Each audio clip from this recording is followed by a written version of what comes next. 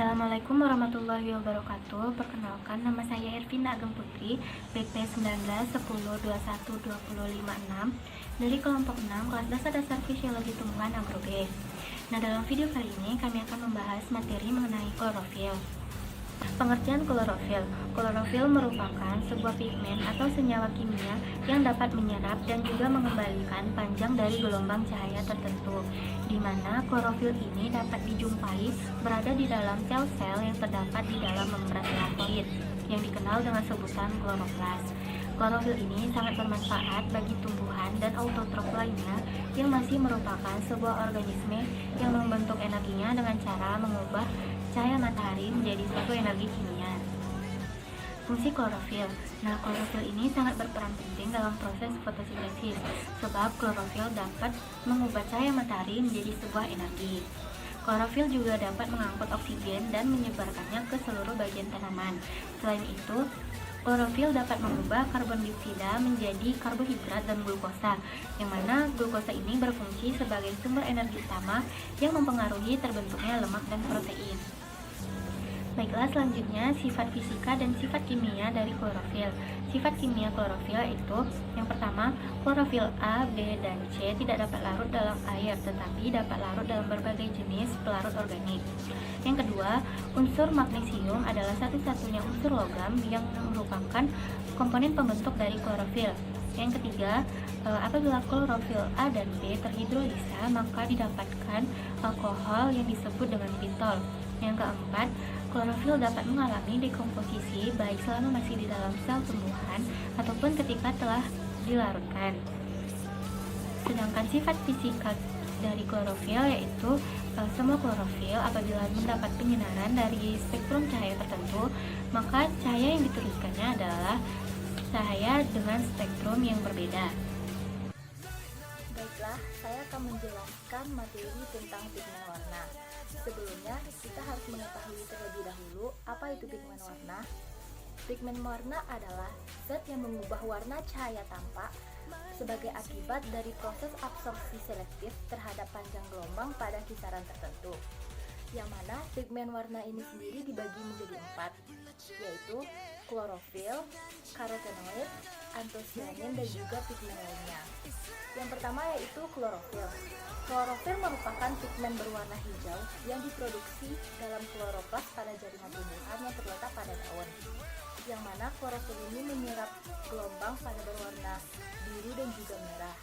Yang kedua yaitu karotenoid. Karotenoid merupakan pigmen yang biasanya berwarna merah, orange, dan juga kuning. Salah satu contoh dari pigmen ini adalah memberikan warna pada buah wortel. Selanjutnya yaitu antosianin. Antosianin merupakan pigmen yang berbeda dari dua pigmen sebelumnya, di mana antosianin ini dapat larut di dalam air. Sedangkan klorofil dan juga karotenoid tidak dapat larut di dalam air. Yang terakhir yaitu pigmen lainnya, di mana pigmen ini tidak terdapat pada tumbuhan tingkat tinggi, namun hanya terdapat pada tumbuhan tingkat rendah seperti alga.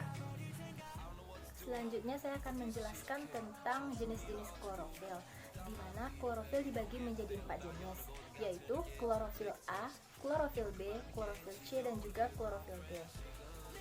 Klorofil A biasanya ditemukan pada seluruh tumbuhan autotrof, sedangkan klorofil B hanya ditemukan pada tumbuhan hijau seperti ganggang hijau. Klorofil A dan juga klorofil B ini hanya sedikit menyerap cahaya berwarna hijau dan banyak menyerap cahaya berwarna ungu dan juga merah. Selanjutnya yaitu klorofil C, di mana klorofil ini biasanya banyak ditemukan pada ganggang coklat. Dan yang terakhir yaitu klorofil D. Klorofil D biasanya dijumpai pada ganggang merah. Adapun faktor-faktor yang mempengaruhi kadar klorofil pada tanaman, yang pertama ada faktor bawaan. Faktor bawaan ini dipengaruhi oleh gen yang diturunkan dari induknya. Apabila tanaman tidak mengandung gen pembentuk klorofil, maka tanaman akan menjadi albino. Faktor selanjutnya ada cahaya matahari. Cahaya matahari sangat mempengaruhi proses pembentukan klorofil. Apabila tanaman tidak mendapatkan cahaya matahari, maka tanaman akan berwarna kekuningan. Selanjutnya ada oksigen. temperatur, karbohidrat, dan air. Hal tersebut merupakan faktor-faktor yang mempengaruhi kadar klorofil pada tumbuhan. Baiklah, saya akan menjelaskan tentang cara pendeteksian klorofil menggunakan cara kualitatif dan kuantitatif. Yang pertama yaitu cara kualitatif. Pada cara ini kita akan menggunakan metode kromatografi. Pada dasarnya metode kromatografi ini kita melakukan pemisahan zat menggunakan larutan pengembang atau larutan eulen. Pada metode kromatografi ini kita menggunakan kertas Whatman 3. Langkah awalnya yaitu dengan menotolkan ekstrak pigmen daun pada kertas Whatman 3, kemudian dicelupkan ke dalam larutan pengembang.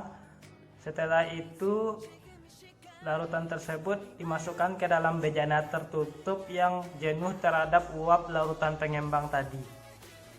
Zat yang paling larut akan merambat lebih cepat pada kertas Whatman 3, begitu juga sebaliknya.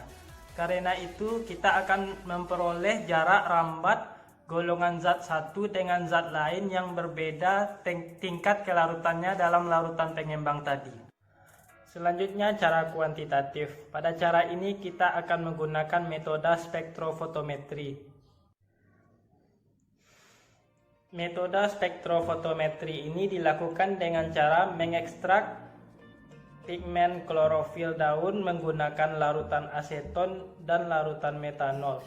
Kemudian hasil ekstrak yang telah diamati disentrifugasi dan diabsorbansi menggunakan spektrofotometer dan diukur juga menggunakan spektrofotometer ini. Baiklah, sekian dari penjelasan saya mengenai deteksi klorofil menggunakan cara kualitatif dan cara kuantitatif. Selanjutnya adalah penjelasan singkat mengenai spektrofotometri. Spektrofotometri merupakan salah satu bentuk metode pengukuran secara kuantitatif dalam kimia analisis mengenai refleksi dan transmisi cahaya suatu materi sebagai fungsi dari panjang gelombang.